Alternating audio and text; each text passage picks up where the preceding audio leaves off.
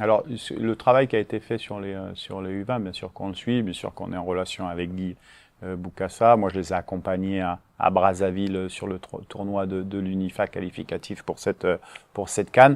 On connaît tous les joueurs, bien sûr, maintenant.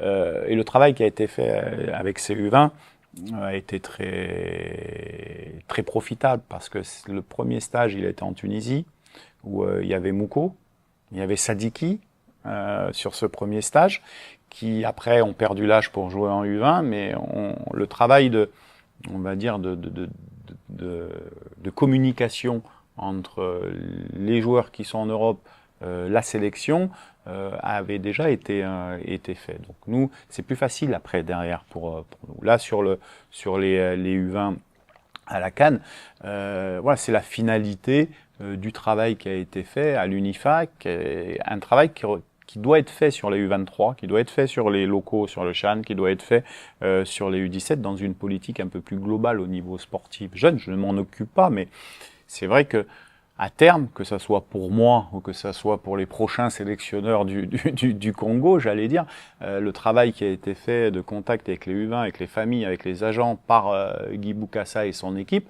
bah, va être profitable dans le futur. Et bien sûr que j'ai regardé tous les matchs et que je les ai suivis, et que j'avais le coach et pour partager. Et quand je vois l'équipe qui était plus ou moins équilibrée, c'est une bonne prestation. Je regrette forcément ces prolongations contre l'Afrique du Sud parce qu'on a eu un petit moment de déconcentration après le penalty qui n'était pas sifflé et puis on prend le contre qui nous élimine. Mais je veux dire, sur la première mi-temps, je pense qu'on mérite. On était vraiment pas loin d'aller à cette Coupe du Monde. Et après, des joueurs, j'avais été aussi en stage avec eux au Maroc pour faire les matchs amicaux au Maroc, mais que ça soit Ntanda l'attaquant, que ça soit Jules au milieu, que ça soit il y a le gardien.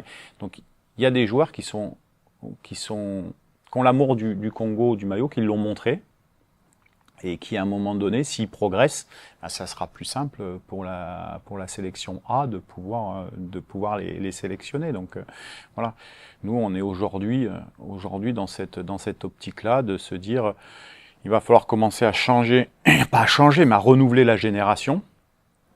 Mais aujourd'hui on a des objectifs qui sont très hauts comme la Coupe du Monde et comme la CAN, et l'expérience des joueurs et ce que montrent certains joueurs depuis 3 ans fait que voilà, on progresse tous ensemble et qu'aujourd'hui on va finir ces objectifs avec ce groupe en rajoutant un ou deux peut-être joueurs qui nous apporteraient un plus, mais on va continuer avec le groupe actuel. Voilà. Et puis si on doit le renforcer, on le renforcera. Mais aujourd'hui, j'espère que ces générations U20, c'est la génération qui sera en âge de faire la qualif en U23 à Los Angeles au niveau des Jeux Olympiques. Il faut continuer à travailler avec cette génération qui fasse U20, U23 et puis bien sûr A à terme.